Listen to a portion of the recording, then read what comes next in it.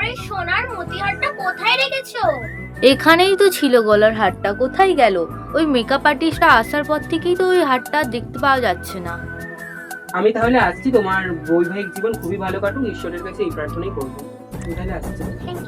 আপনি আসার পর থেকেই তো আমাদের ওই মতিহারটি আমরা দেখতে পাচ্ছি না। কেন, ভালো করে খুঁজে দেখুন আমার সাথে কি সম্পর্ক। আমার মনে হচ্ছে আপনারাই ওই মতিহারটিকে নিয়েছেন, কারণ বাইরে থেকে তো আর কেউই আসে। দেখুন, আপনারা একটা ভালো করে আগে বাড়িতে খুঁজে দেখুন, তার উপরে আমাদের দোষটা দেবেন। আপনারাই তো অপরিচিত লোক ছিলেন। কি আপনারা কি বোঝাতে চাইছেন? এরকম সত্যি আনফেয়ার মেকআপ আর্টিস্টদের সাথে বিহেভ করা।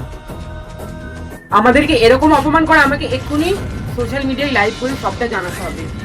দেখুন, মেকআপ আর্টিস্ট চ্যানেলে স্বাগত। আজ গাইস, আজকে একটা খুবই গুরুত্বপূর্ণ পরিস্থিতির জন্য আপনাদের সঙ্গে এই লাইভটা করতে বাধ্য হলাম।